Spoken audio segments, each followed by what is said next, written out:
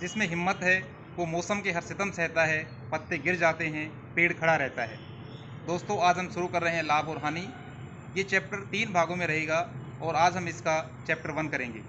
लाभ हानि करने से पहले प्रतिशत की अवधारणा को समझना बहुत ज़रूरी है।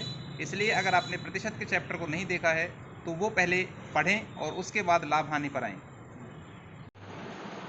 जब किसी भी वस्तु को व्यवसाय करने के उद्देश्य से खरीदा और बेचा जाता है तो उसमें दो चीज़ें संभव हैं। एक, उसमें हमें लाभ हो जाए, दूसरी हमें हानि हो जाए।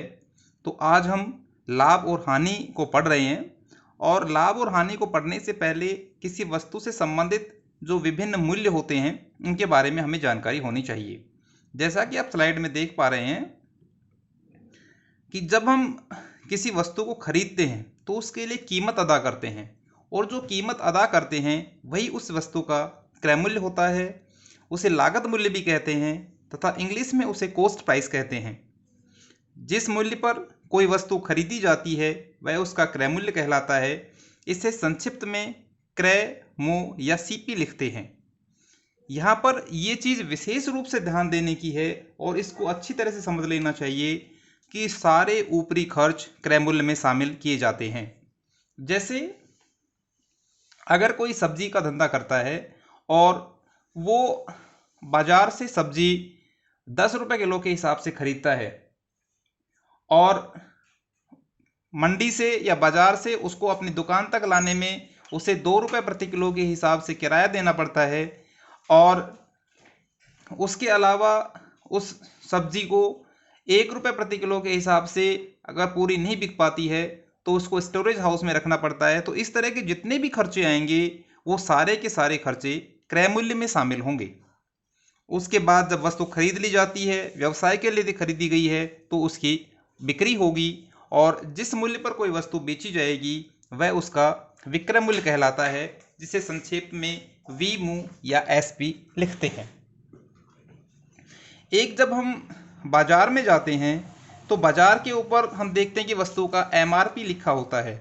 एमआरपी का मतलब होता है मैक्सिमम रिटेल प्राइस, अर्थात वस्तु इससे ज़्यादा भाव पर नहीं बेची जानी चाहिए।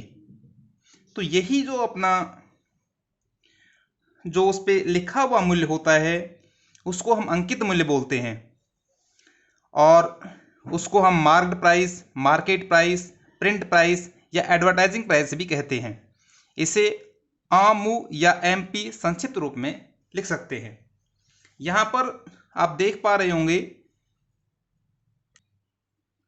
इस चीज़ को बहुत ही अच्छे से याद रखना चाहिए कि जब हम लाभ प्रतिशत और हानि प्रतिशत की गणना करेंगे तो ये गणनाएं सदैव हमारे क्रय मूल्य पर होंगी। ये बहुत इम्पोर्टेंट चीज़ है।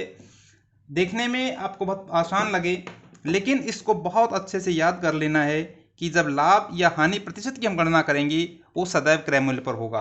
हाँ, अगर सवाल में ये विशेष रूप से दे रखा हो कि ये गणना विक्रय मूल्य पर करनी है तभी हम विक्रय मूल्य पर गणना करेंगे, अदरवाइज हर वक्त लाभ और हानि प्रतिशत की गणना क्रय मूल्य पर की जाएगी। इसी प्रकार से जब किसी वस्तु पर अंकित मूल्य पर कोई छूट, बट्टा या डिस्काउंट दिया जाएगा तो उसकी गणना सदैव अंकित मूल्य पर होगी। तो अब हमने यहाँ पर 3 तरह के जो मूल्य थे वो देखा, क्रय मूल्य कॉस्ट प्राइस, विक्रय मूल्य सेलिंग प्राइस और अंकित मूल्य मार्क्ड प्राइस। अब हम देखते हैं कि हमारे पास ये सब होने पर 3 परिस्थितियां उत्पन्न होती हैं। एक परिस्थिति ये है, हम देखते हैं हमारे पास 3 परिस्थितियां क्या हैं। एक परिस्थिति ये हो सकती है कि हमारा जो एसपी है, सेलिंग प्राइस, जिसको हम विक्रय मूल्य भी बोलते हैं, ये अधिक है क्रय मूल्य से, सीपी कॉस्ट प्राइस से।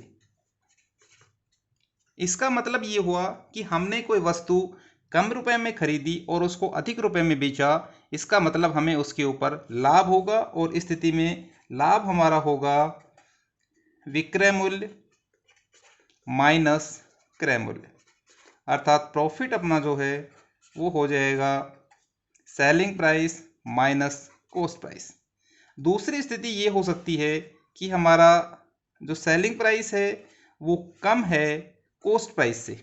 इस निशान को आप जानते होंगे, से अधिक और से कम का जो निशान होता है, ये से कम और ये से अधिक। एसपी सीपी से अधिक है और एसपी यहाँ पर सीपी से कम है।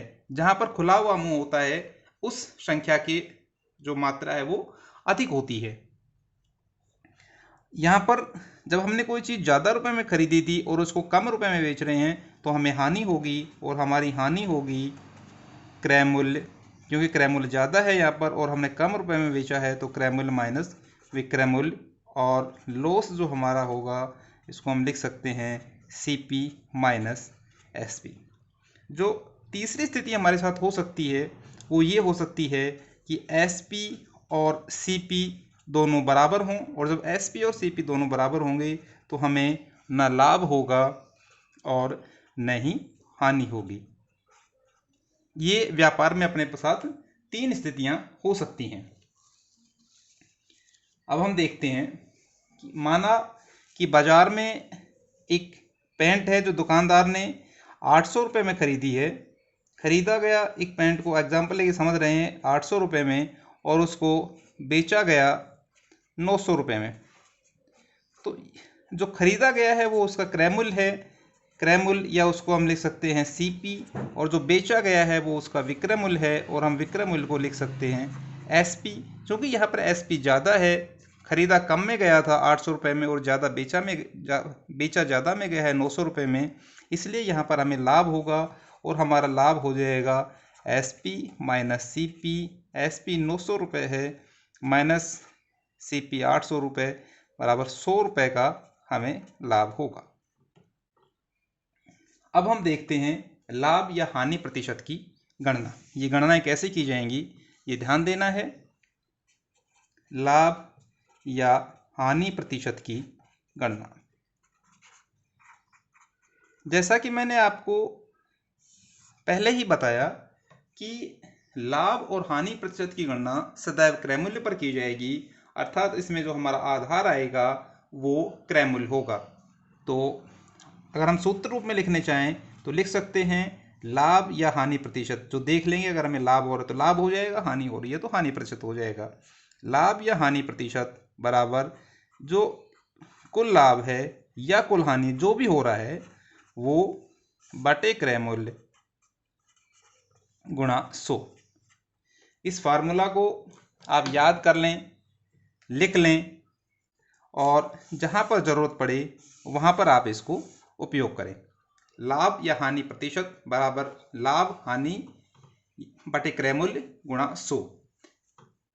इसके अलावा आप एक एक नियम का प्रयोग करके भी लाभ प्रतिशत या हानि प्रतिशत की गणना कर सकते हैं।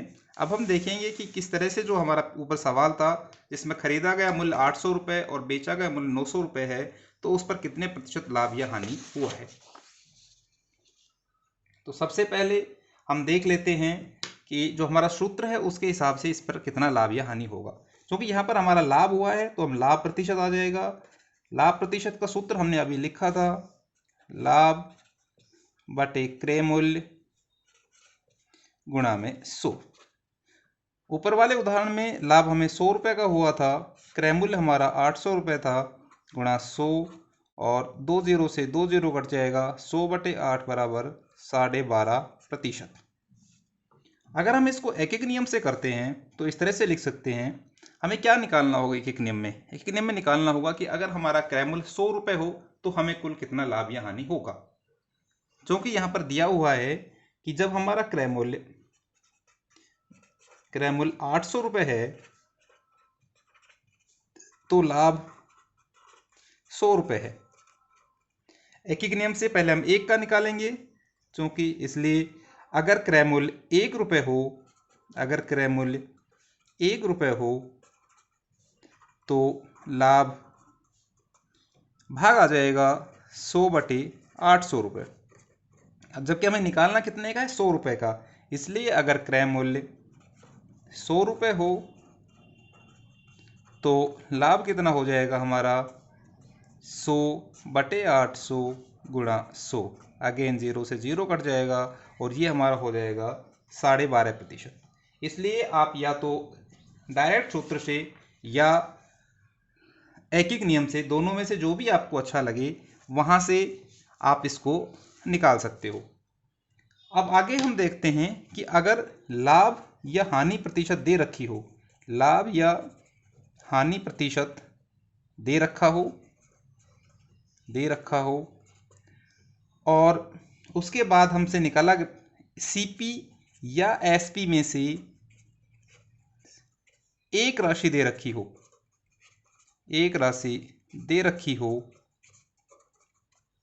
तो जो बचेगा, अगर सीपी दे रखा है तो एसपी, या अगर एसपी दे रखा है तो सीपी ज्ञात करना। यहाँ पर आप तीन तरीके से इसको इस्तेमाल कर सकते हो। ये मैं आपको तीन तरीके बताऊंगा। एक तरीका आपका एकिक नियम का होगा, दूसरा तरीका सूत्र का होगा और तीसरा तरीका गुणांक का होगा। अब सबसे पहले मैं आपको एकिक नियम से करके दिखाता हूँ, उसके बाद सूत्र से और उसके बाद गुणांक से। यहाँ पर गुणांक की अवधारणा बहुत ही महत्वपूर्ण अवधारणा है, और जहाँ पर बिना आपको कोई सूत्र याद रखे और बिना लंबी चौड़ी स्टेप रखे आप डायरेक्ट उत्तर प्राप्त कर सकते हैं। लेकिन फिर भी मैं पहले आपको एकिक नियम से ये करके दिखाता हूँ कि एकिक नियम से किस प्रकार से लाभ या हानि प्रतिशत अगर दे रखा हो और सीपी या एसपी में से एक राशि दे रखी हो तो एसपी या सीपी कैसे ज्ञात करेंगे। माना लाभ दे रखा है 10%, एसपी अर्थात विक्रय मूल्य दे रखा है 220 रुपये, तो क्रय मूल्य ज्ञात करो।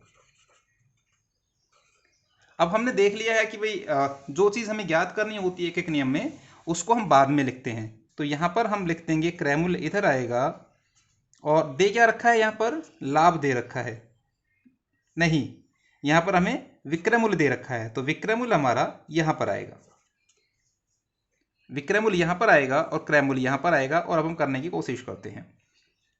ये हमारा जो स्टेटमेंट है, माना लाभ बराबर 10%, इसका अर्थ ये है कि अगर क्रय मूल्य बराबर 100 रुपये, तो इसका मतलब क्या हो गया, इस पे लाभ 10 रुपये का हो जाएगा और यहाँ से विक्रय मूल्य कितना हो जाएगा। जब 100 रुपये क्रय मूल्य है और 10 रुपये उसके ऊपर लाभ है, तो 110 रुपये अपना विक्रय मूल्य हो जाएगा। तो यहाँ से एक स्टेटमेंट आ जाता है कि अगर विक्रय मूल्य 110 रुपये विक्रय मूल्य है तो क्रय मूल्य मेरा है 100 रुपये। दूसरा एक नियम हम एक निकालेंगे, अगर 1 रुपये विक्रय मूल्य होगा तो क्रय मूल्य कितना हो जाएगा, 100/110 भाग आ जाएगा।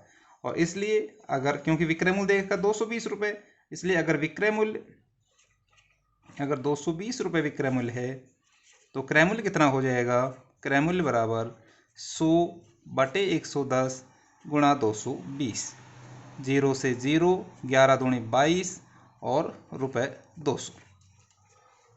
इस तरह से हम बड़े आसानी से निकाल सकते हैं एक नियम से भी। और एक नियम में आप अभ्यास ये करें कि आप पूरा स्टेटमेंट ना लिखें, केवल यहाँ पर एक संख्या लिखें, दूसरी संख्या यहाँ पर लिखें, और एक वाला जो स्टेप है इसी में नीचे एक करके, और जो संख्या निकालनी हो जिसके लिए, उसके लिए हम यहाँ पे ले आएँ, जिससे हमारे स्टेप बचेंगी। और जैसे जैसे हमारी स्टेप बचेंगी वैसे वैसे ही हमारा समय भी बचेगा। परीक्षा में समय जो है एक बहुत ही महत्वपूर्ण वेरिएबल होता है। अब यहाँ पर दूसरा मैं आपको बताता हूँ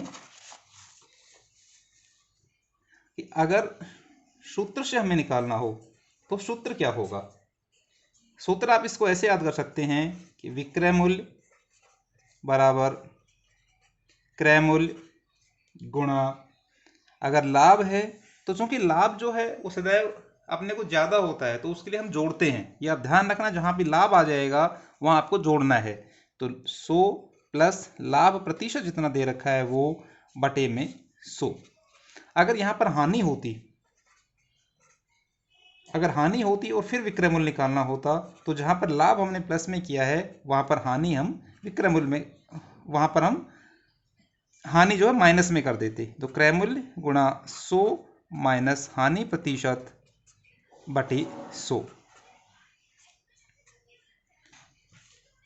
अगर विक्रय मूल्य दे रखा है और क्रय मूल्य पूछे तो उसके लिए क्या नहीं करेंगे, क्रय मूल्य बराबर, देखिए फार्मूला यही है, आप ये जो आपने यहाँ पर गुणा किया है इस गुणांक को इस तरफ भेज देंगे और इस तरफ जब इसको भेजेंगे तो जो अंश की संख्या है वो यहाँ पर हर में आ जाएगी और यहाँ जो हर की संख्या है वो यहाँ अंश में चली जाएगी और क्रय मूल्य हो जाएगा हमारा विक्रय मूल्य गुणा 100/100 प्लस लाभ प्रतिशत।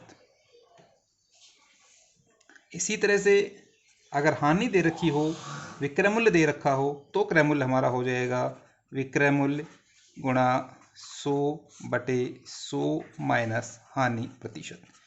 हम जो अभी सवाल किए उसमें देख लेते हैं, उसमें क्या दे रखा था अपने को, लाभ प्रतिशत दे रखा था 10%, विक्रय मूल्य दे रखा था 220 रुपये और क्रय मूल्य पूछा गया था।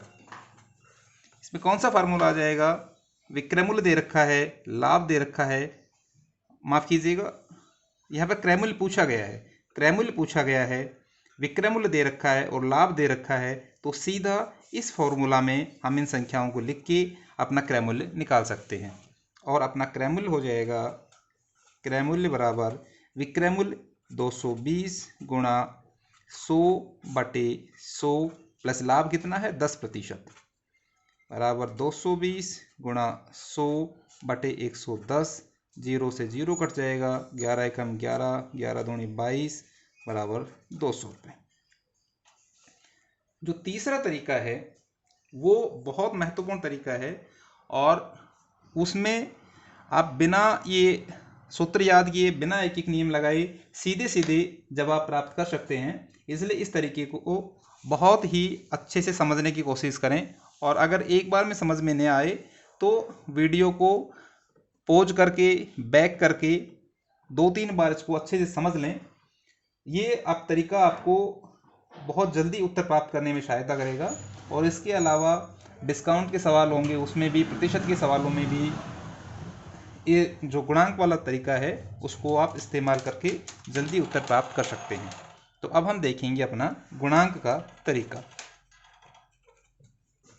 गुणांक, तो गुणांक के तरीके में पहले ये चीज़ बहुत क्लियर हो जानी चाहिए कि अगर हम किसी राशि को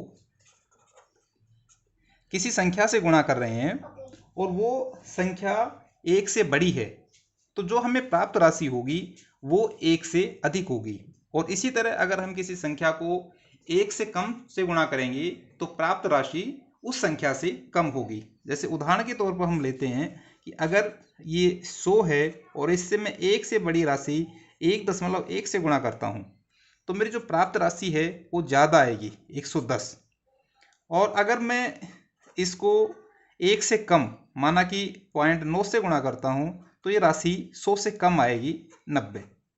ये बात समझ में आ जानी चाहिए, यही हमारा गुणांक होगा और उस गुणांक का जो मान है वो एक केस में 1 से अधिक होगा और दूसरे केस में 1 से कम होगा।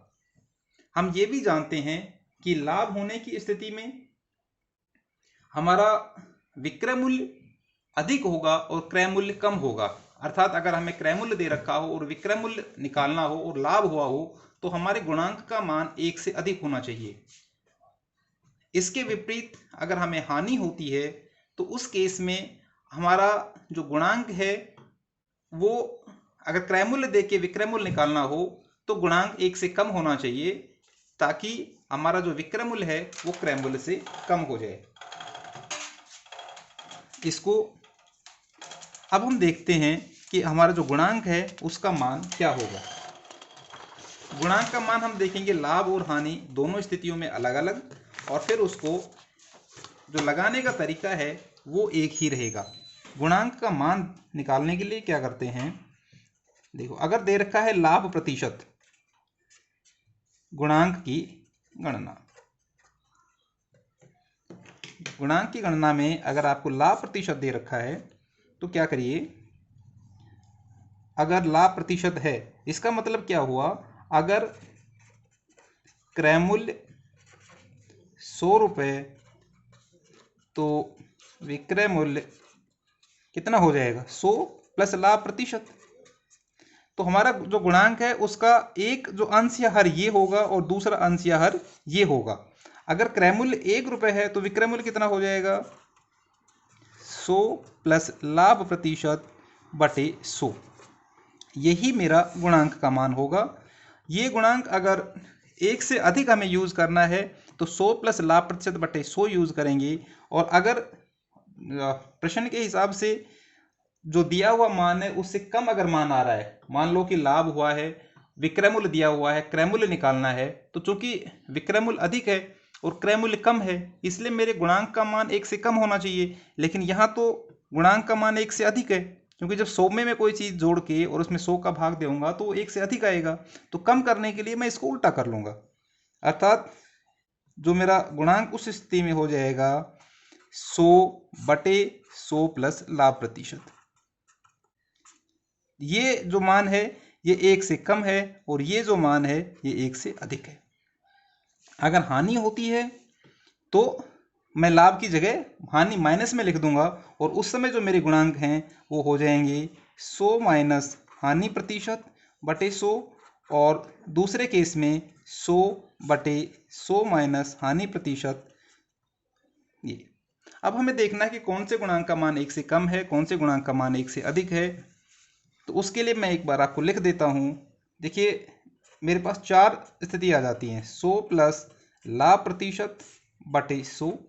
दूसरी स्थिति है 100 प्लस लाभ प्रतिशत, माफ़ कीजिएगा 100 डिवाइडेड बाई 100 प्लस लाभ प्रतिशत। तीसरी स्थिति है 100 प्लस हानि प्रतिशत बटे 100।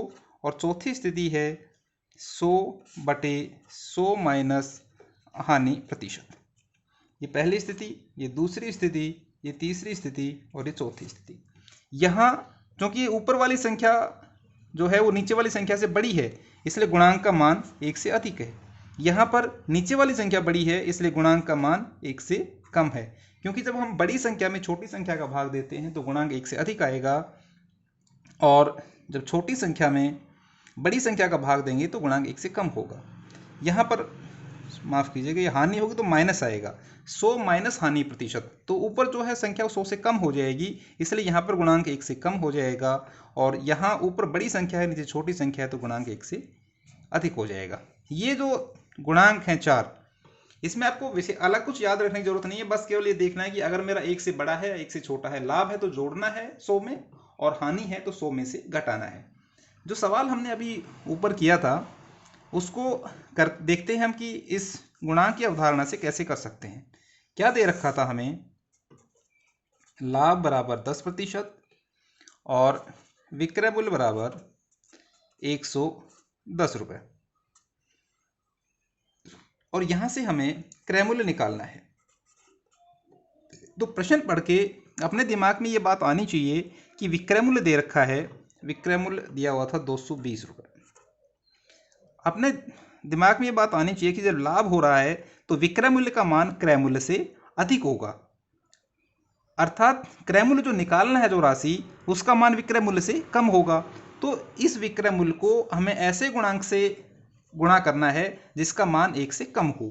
तो क्रय मूल्य कितना हो जाएगा मेरा, बराबर विक्रय मूल्य, और मेरा गुणांक क्या आ जाएगा, सीधा सीधा 1 से कम। लेकिन यहाँ पर लाभ हुआ है इसलिए ऊपर मैं 100 लिख दूंगा और नीचे 100 प्लस लाभ प्रतिशत, और विक्रय मूल्य मेरा 220 था, 220 गुणा में 100 बटे 100 प्लस 10 बराबर 200 गुणा 100 बटे 110, 220 है ये, 0 से 0 कट जाएगा, 11 कम 11, 11 दूनी 22, और 200 जो है वो मेरा उत्तर आ जाएगा।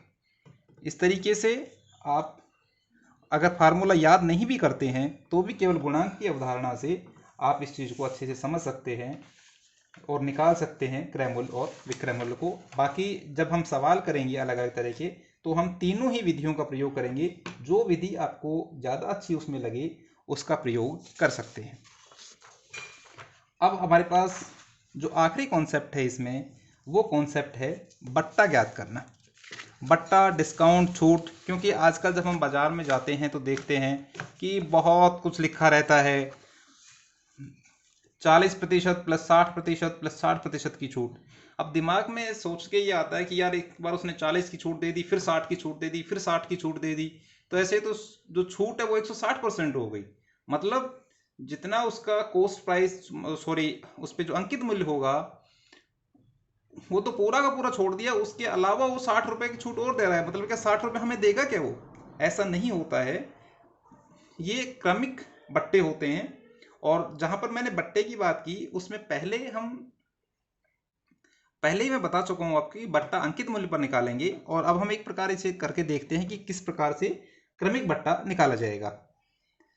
जैसे अगर अंकित मूल्य मान लो कि 100 रुपए है, क्योंकि बट्टा या छूट डिस्काउंट अंकित मूल्य पर होगा। अगर अंकित मूल्य 100 रुपए है और इस पर बोल रहा है कि एक छूट 40% की दे दी, दूसरी छूट 50% की दे दी और तीसरी छूट 50% की दे दी, और सवाल पूछता है कि कुल छूट जो है वो कितना प्रतिशत है, तो एक बार हमें देख के लगता है कि यार 50 और 50, 100 प्लस 40, 140% की छूट हो गई। लेकिन ऐसा हो नहीं सकता, क्योंकि जब 100 रुपए उस पर अंकित है तो अधिकतम जो छूट है वो 100 रुपए की दी जा सकती है, उससे ज़्यादा की छूट कैसे देगा। लेकिन क्रमिक बट्टों का मतलब ये होता है कि पहले 40% की छूट दी, फिर जो राशि आई उसके ऊपर 50% की छूट दी, और फिर जो राशि आई उसके ऊपर 50% की छूट दी। करके देखते हैं हम। 100 का 40% निकाल लेंगे। पहले केस में 40% छूट दी गई है बटा 100, 100 से 100 कट जाएगा, 100 से 100 कट जाएगा, तो यहाँ पर हमारी जो छूट है वो 40 रुपये आ गई। 40 रुपये छूट आने के बाद जो वस्तु का एसपी है, या जिसको हम बोल देते हैं SP1 विक्रय मूल्य 1, वो हो जाएगा 100 माइनस 40 बराबर 60 रुपये। अब अगला जो बट्टा है वो इस 60 रुपये पर मिलेगा, ना कि 100 रुपये पर। तो अब हम जो अगला बट्टा निकालेंगे वो निकालेंगे 60 का 50%, और का मतलब सीधा मल्टीप्लिकेशन होता है।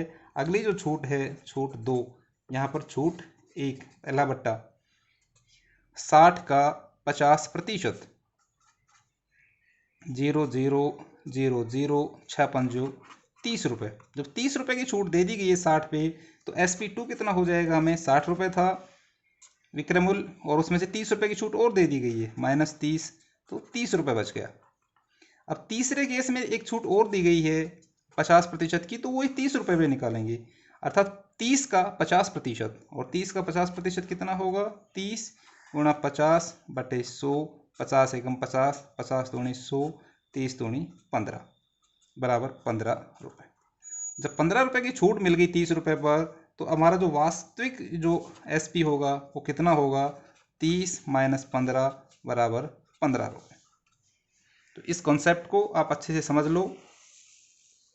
और जैसे कि मैंने जो प्रतिशत का चैप्टर था उसमें ये बताया था कि क्रमागत अगर प्रतिशत परिवर्तन होते हैं तो उसमें हम सीधा सीधा कौन सा फॉर्मूला लगाते हैं, x plus y plus XY upon 100। इस फॉर्मूला का उपयोग भी हम जो अपने लाभ हानि और डिस्काउंट के सवाल होंगे उसमें प्रयोग करेंगे। कैसे करेंगे, जैसे मान लो कि यहाँ पर केवल 2 छूट होती, 40% और 50% की, तो प्रभावी छूट कितनी है, तो 40 और 50 प्रभावी छूट 90 नहीं है। यहाँ पर जो SP2 है वो हमारा 30 आया, तो छूट कितनी हुई, जब हम 100 रुपये की लिखी हुई चीज़ पे,